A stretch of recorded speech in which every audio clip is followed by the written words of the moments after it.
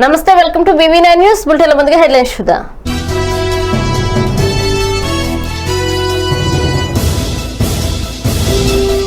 రుణ ఎగవేతదారులకు 20,000 కోట్ల సాయం, పూచీకత్తు లేకుండానే రుణాలు, రుణదాతలకు ప్రభుత్వ గ్యారంటీ.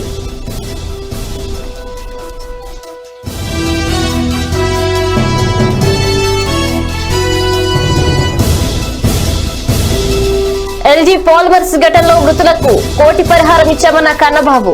దేశ చరిత్రలో ఇదే అతిపెద్ద ప్యాకేజీ అని కితాబు.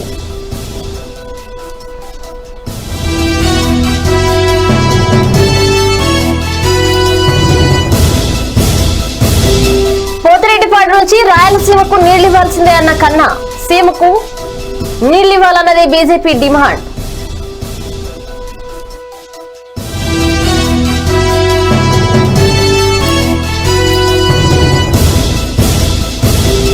LG పాలిమర్స్ కంపెనీని మూసివేయాలన్న కాల్వ శ్రీనివాసులు. నిందితులను శిక్షించి బాధితులను ఆదుకోవాలని తీర్మానం.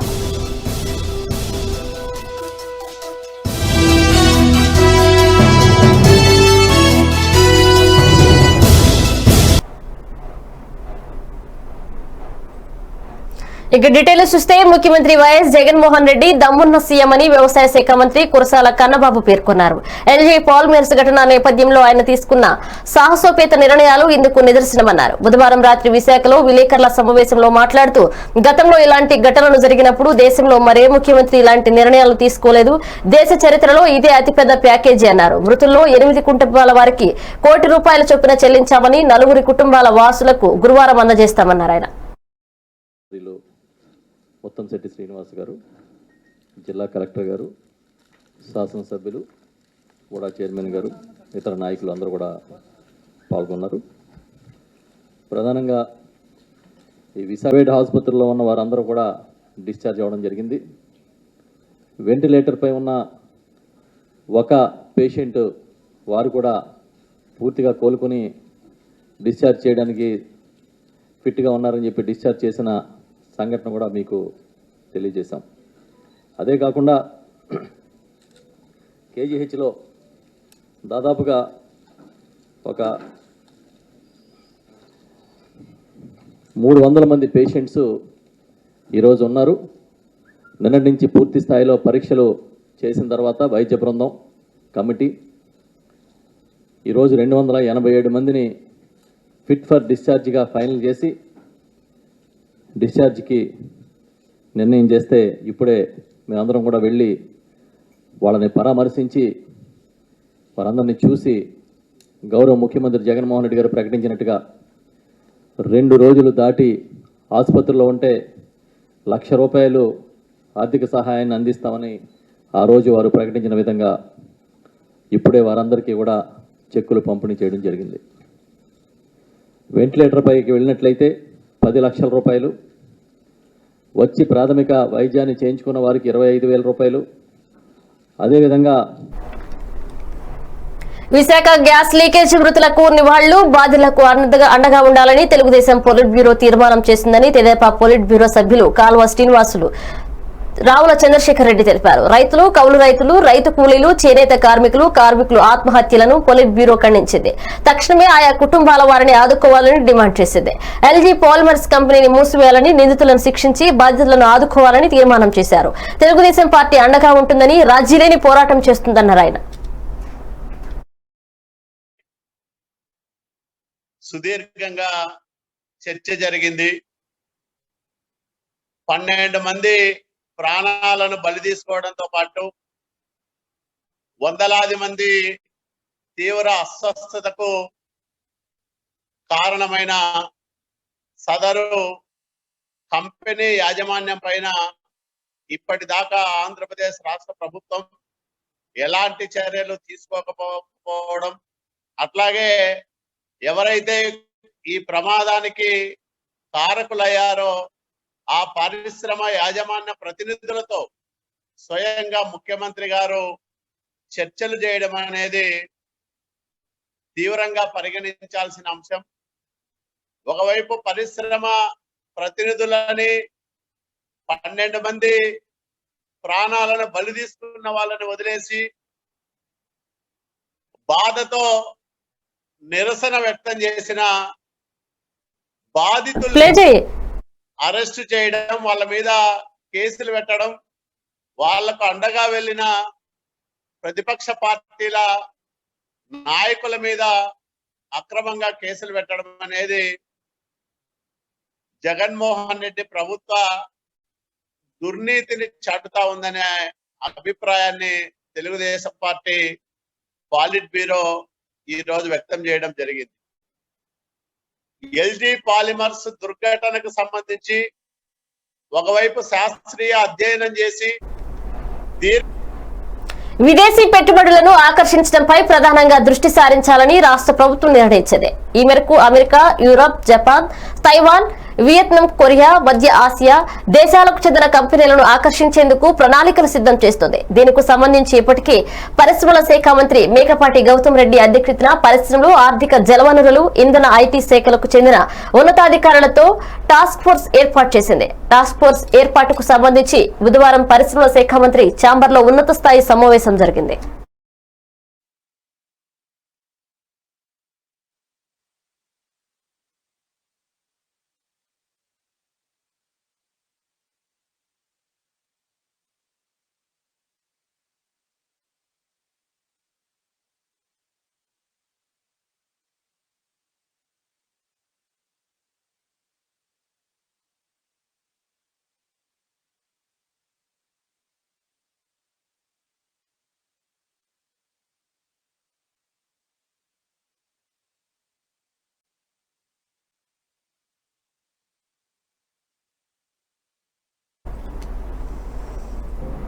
పోతిరెడ్డిపాడుపై ముఖ్యమంత్రులు కేసీఆర్, జగన్ కలిసి నాటకం ఆడుతున్నారని రేవంత్ రెడ్డి ఆరోపించారు. కేసీఆర్, జగన్ ను విడదీసి చూడలేమని అన్నారు. దక్షిణ తెలంగాణ ప్రాజెక్టులకు కేసీఆర్ ఏనాడు ప్రాధాన్యత ఇవ్వలేదని విమర్శించారు.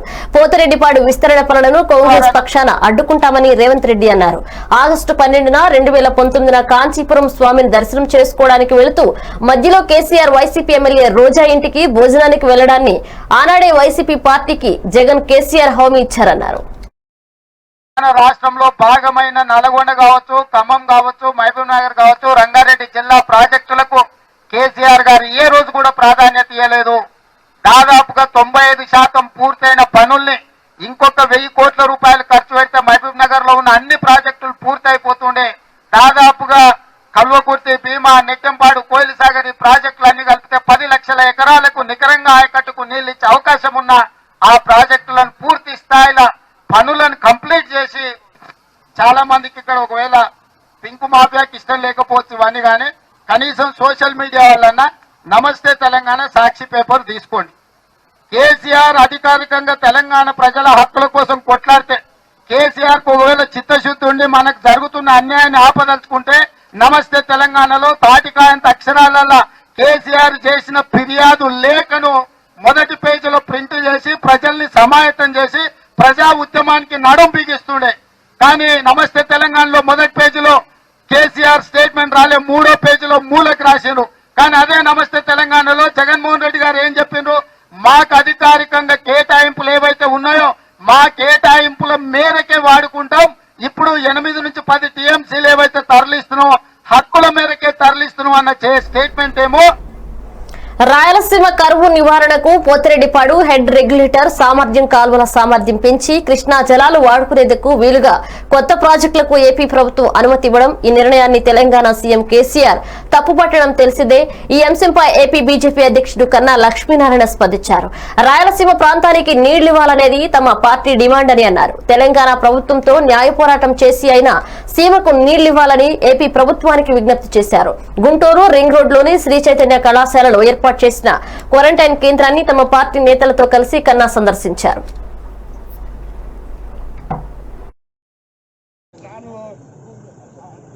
ఏంది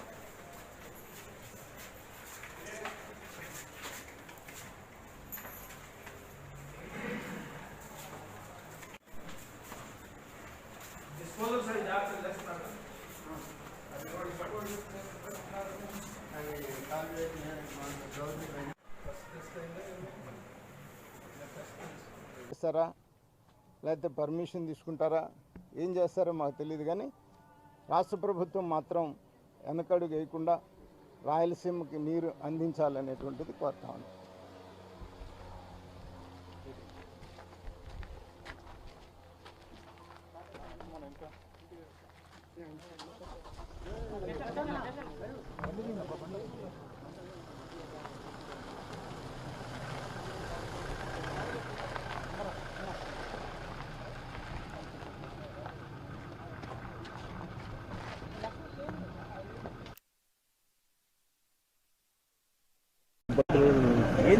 అటుగా దీపు వేసావు వెనక్కిరా. కేజీహెచ్ లో రాజ్యసభ సభ్యుడు విజయసాయిరెడ్డి, మంత్రులు కన్నబాబు, అవంతి శ్రీనివాసరావుల బృందం పర్యటించింది. అనంతరం ఎంపీ విజయసాయిరెడ్డి మీడియాతో మాట్లాడుతూ శ్రీశైలం జలాశయం నుంచి పోతిరెడ్డిపాడు ద్వారా రాయలసీమకు నీరు తీసుకువెళ్లడం చంద్రబాబుకి ఇష్టం లేదా అంటూ ప్రశ్నించారు. జీవో నంబర్ 203పై ప్రధాన ప్రతిపక్ష నేతగా చంద్రబాబు అభిప్రాయం చెప్పాలన్నారు. విశాఖ ఎగ్జిక్యూటివ్ రాజధాని కావడం చంద్రబాబుకు ఇష్టం లేదన్నారు. అమరావతిలో తన బినామీల ఆస్తులు కాపాడాలన్నదే చంద్రబాబు తాపత్రయమన్నారు. చంద్రబాబు కుట్రలో భాగంగానే ఎల్లో మీడియా విశాఖపై విష ప్రచారం చేస్తోందన్నారు. ఎందుకు మీ అభిప్రాయం తెలియజేయట్లేదు? మనం తెలంగాణకి ఎలాంటి అన్యాయం చేయట్లేదు. మన రాయలసీమకు, మన రాష్ట్రానికి న్యాయం జరగాలని ఈ ప్రాజెక్టు కట్టుకుంటా ఉన్నాం. రాష్ట్ర ప్రయోజనాల మీద మాట్లాడలేనటువంటి ప్రతిపక్ష నాయకుడు ఒక ప్రతిపక్ష నాయకుడేనా? అతను రాష్ట్రంలో ఉండాల్సినటువంటి అర్హత అతనికి ఉందా అన్నటువంటి విషయాన్ని నేను ప్రశ్నిస్తా ఉన్నాను. విశాఖపట్నాన్ని ఎటువంటి పరిస్థితుల్లో ఎగ్జిక్యూటివ్ క్యాపిటల్ రాకూడదు అన్నటువంటి ఒకే ఒక ధ్యేయంతో పనిచేస్తున్నటువంటి వ్యక్తి ఎవరన్నా ఉన్నారంటే అది చంద్రబాబు నాయుడు మాత్రమే. తనకు, తన తాబేదారులకు అమరావతిలో, అమరావతి చుట్టుపక్కల ఉన్నటువంటి వేల ఎకరాలు కలిగి ఉన్నటువంటి వ్యక్తుల ప్రయోజనాలను కాపాడుకోవడమే చంద్రబాబు నాయుడు లక్ష్యంగా మనకు కనపడతా ఉంది. అందుకే విశాఖపట్నాన్ని ఒక విలన్ గా చిత్రీకరించాలన్నటువంటి ఉద్దేశంతో ఈ దుర్మార్గమైనటువంటి గేమ్ ప్లాన్ వేసినటువంటి వ్యక్తి చంద్రబాబు నాయుడు. ఆ ప్లాన్ లో భాగంగానే ఆయన ఎల్లో మీడియా గాని ఈ గ్యాస్ లీక్ అయినప్పటి నుంచి కూడా ఇప్పటి వరకు వాళ్ళు పెట్టినటువంటి ప్రెస్ మీట్లు, వారు చేస్తున్నటువంటి విమర్శలు, ఆ మీడియా చేస్తున్నటువంటి ఏపీ ప్రభుత్వం పోతిరెడ్డిపాడు వద్ద ఎత్తిపోతల పథకం పెట్టి కృష్ణా జలాలు తరలిస్తే భవిష్యత్తులో సాగర్ ఆయకట్టు ఎండిపోక తప్పదని ఖమ్మం జిల్లా ఎడారయ్యే ప్రమాదం ఉందని సిఎల్పీ నేత బట్టి విక్రమార్క పేర్కొన్నారు. పోతిరెడ్డిపాడు నుంచి కృష్ణా నీటి తరలింపు కోసం ఏపీ ప్రభుత్వం విడుదల చేసిన 203 జీవోను నిరసిస్తూ ఆయన కాంగ్రెస్ ఖమ్మం జిల్లా కార్యాలయంలో బుధవారం ఉదయం నుంచి సాయంత్రం వరకు నిరసన దీక్ష నిర్వహించారు. ఇప్పటికే సాగర్ ఆయకట్టుకు నీరు లేక జిల్లాలో చివరి భూములు ఎండిపోతున్నాయని, ఈ పరిస్థితుల్లో మరిన్ని కృష్ణా జలాలు ఆంధ్రాకు తరలితే జిల్లా రాష్ట్రం మరింత నష్టం పోవాల్సి వస్తుందన్నారు ఆయన. తీసుకోవాల్సి వచ్చింది. ముఖ్యంగా కృష్ణా గోదావరి నదీ జలాల వినియోగంలో తెలంగాణ ప్రాంతానికి, రాష్ట్రానికి అన్యాయం జరుగుతుందనేటువంటి ఆలోచనతోనే ఉద్యమానికి ఊపిరిపోయటం. రాష్ట్రం ఏర్పడిన తర్వాత పెద్ద మొత్తంలో 2 నదులకు సంబంధించిన నీళ్లు తెలంగాణ రాష్ట్రానికి, భూములకి తెచ్చుకోవాల్సినటువంటి ప్రభుత్వం వారి స్వార్థపూరితమైనటువంటి రాజకీయాలతో ఇబ్బంది పడతా ఉన్నాం. ఈరోజు కృష్ణా నది పైన పోతిరెడ్డిపాడు పేరుతో 3 టీఎంసీల నీళ్లని అదనంగా, ఇప్పుడు వాడుకునే దానికంటే అదనంగా తీసుకోవాలని చెప్పి ఈ నెల 5వ తారీఖు నాడు ఆంధ్రప్రదేశ్ గవర్నమెంట్ ఒక జీవో ఇష్యూ చేసి వడివడిగా ఆ లిఫ్ట్ ఇరిగేషన్ కార్యక్రమాలు చేపట్టడానికి సమాయత్తం. కృష్ణా జిల్లాలో ఇప్పటికే ఏపీ ఎక్కువ నీళ్లు తీసుకెళ్తుందని తెలంగాణ పిసిసి అధ్యక్షుడు ఉత్తమ్ కుమార్ రెడ్డి విమర్శించారు. పోతిరెడ్డిపాడు హెడ్ రెగ్యులర్ రెగ్యులేటర్ సామర్థ్యం పెంపును నిరసిస్తూ హైదరాబాద్ లోని గాంధీ భవన్ లో ఆయన నిరసన దీక్ష చేపట్టారు. ఈ సందర్భంగా ఉత్తమ్ మాట్లాడుతూ కృష్ణా నది జలాల విషయమై ఏపీ సీఎం జగన్ మాట్లాడుతున్నా తెలంగాణ సీఎం కేసీఆర్ నోరు మెదపటం లేదని విమర్శించారు. కేసీఆర్ తో మాట్లాడే పోతిరెడ్డిపాడు పనులు మొదలు పెడుతున్నారని, వైసీపీలో కీలక నేత శ్రీకాంత్ రెడ్డి అన్న మాట వాస్తవమా కాదా అని, ఈ విషయమై కేసీఆర్ స్పష్టంగా ఎందుకు పత్రికా ప్రకటన ఇవ్వలేదు అని ప్రశ్నించారు. తెలంగాణ ప్రజలకు కేసీఆర్ సంజాయిషి ఇవ్వాలని డిమాండ్ చేశారు ఉత్తమ్. కానీ పెద్ద నష్టం మరి మీ అసమర్థతనా, మీ నిర్లక్ష్యమా, మరొకటా, మీరు జగన్మోహన్ రెడ్డి చేసుకుంటున్న మ్యాచ్ ఫిక్సింగ్ మాకు తెలియదు. కానీ పోతిరెడ్డి ప్రాజెక్టు విస్తరణ పనులు మొదలైన రోజు మీరు నైతిక బాధ్యత వహించి ముఖ్యమంత్రి పదవికి కేసీఆర్ రాజీనామా చేయాలని చెప్పి తెలంగాణ కాంగ్రెస్ పార్టీ డిమాండ్ చేస్తుంది. 5-6 నెలల నుంచి కొన్ని విషయాలని మనం గమనిస్తున్నాం. జగన్మోహన్ రెడ్డి మాట్లాడుతూనే ఉన్నాడు, కేసీఆర్ నోరు మెదపడు. జగన్మోహన్ రెడ్డి ఎందుకు తీసుకోవద్దంటాడు, కేసీఆర్ నోరు మెదపడు. మరి వైఎస్ఆర్ సిపిలో కీలక నాయకుడు శ్రీకాంత్ రెడ్డి మేము కేసీఆర్ తోని మాట్లాడి ఈ పనులు మొదలు పెడుతున్నాం అన్నమాట వాస్తవా కాదా? కేసీఆర్ గారు స్పష్టంగా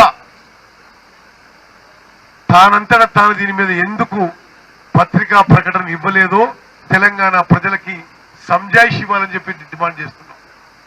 మీరు గతంలోనే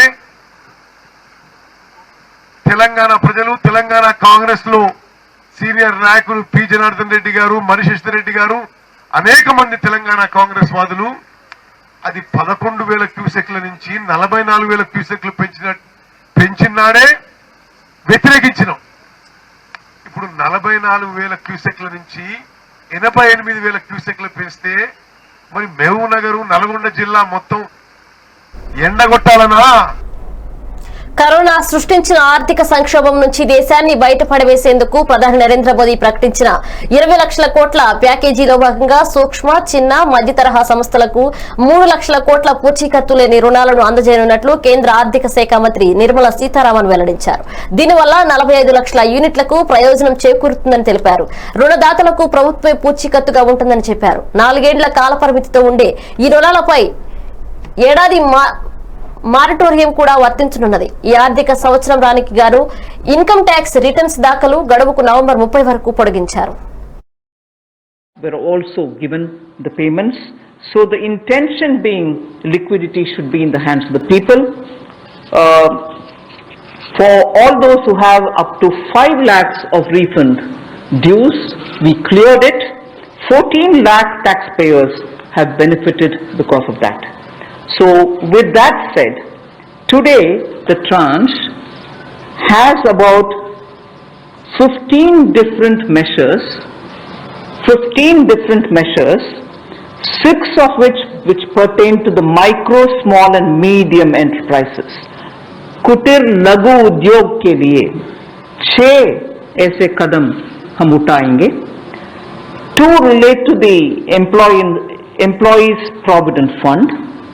2 relate to the NBFCs, housing finance corporations and the MFIs, microfinance institutions. 1 relates to DISCOMs, 1 relates to contractors, 1 relates to real estate, and 3 are tax measures that we have taken. So I'll get into the detail of today's tranche of announcements. I said there are 6 major steps for the MSMEs. The first one, there is a collateral-free automatic loan for MSMEs which is being provided. This will give facility up to 3 lakh crores. 25 crore outstanding for those MSME units for whom 25 crore is the outstanding loan, or 100 crores whose turnover will benefit from this. These loans will have a 4-year tenure and there will be a moratorium given for 12 months. the Revenue Secretary is here, we also ensured that 18,000 crores of refunds through a special drive were given for all the income taxpayers. Drawback were also given the payments. So the intention being liquidity should be in the hands of the people. For all those who have up to 5 lakhs of refund dues, we cleared it. 14 lakh taxpayers have benefited because of that. So with that said, today the tranche has about 15 different measures, 6 of which pertain to the micro, small and medium enterprises. कुटीर लघु उद्योग के लिए 6 ऐसे कदम हम उठाएंगे. 2 relate to the employees provident fund. 2 relate to the NBFCs, housing finance corporations and the MFIs, microfinance institutions. 1 relates to DISCOMs, 1 relates to contractors, 1 relates to real estate, and 3 are tax measures that we have taken. So I'll get into the detail of today's tranche of announcements. I said there are 6 major steps for the MSMEs. The first one, there is a collateral-free automatic loan for MSMEs which is being provided. This will give facility up to 3 lakh crores. 25 crore outstanding for those MSME units for whom 25 crore is the outstanding loan, or 100 crores whose turnover will benefit from this. These loans will have a 4-year tenure and there will be a moratorium given for 12 months.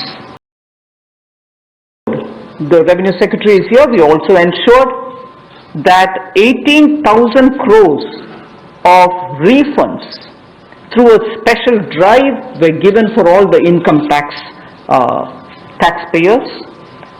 Drawback were also given the payments. So the intention being liquidity should be in the hands of the people. For all those who have up to 5 lakhs of refund dues, we cleared it. 14 lakh taxpayers have benefited because of that. So with that said, today the tranche has about 15 different measures, 6 of which pertain to the micro, small and medium enterprises. कुटीर लघु उद्योग के लिए 6 ऐसे कदम हम उठाएंगे. 2 relate to the employees provident fund. 2 relate to the NBFCs, housing finance corporations and the MFIs, microfinance institutions. 1 relates to DISCOMs, 1 relates to contractors. Bulletin ముగించే ముందు హెడ్లైన్స్ మరోసారి చూద్దాం.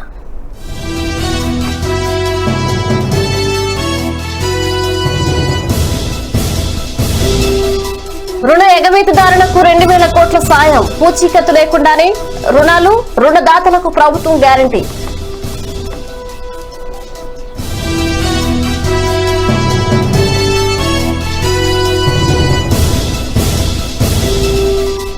ఎల్జీ పాలిమర్స్ ఘటనలో మృతులకు కోటి పరిహారం ఇచ్చామన్న కన్నబాబు. దేశ చరిత్రలో ఇదే అతిపెద్ద ప్యాకేజ్ అని కితాబు.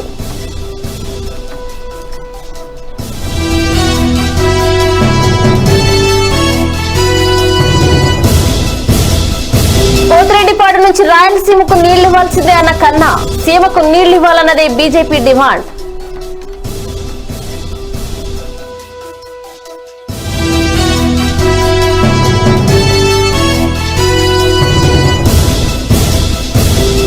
ఎల్జీ పాలిమర్స్ కంపెనీని మూసివేయాలన్న కాల్వా శ్రీనివాసులు.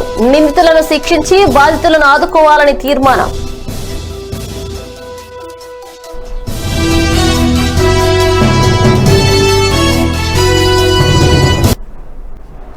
ఇవి bulletin updates. Keep watching BV9 news. నమస్కారం.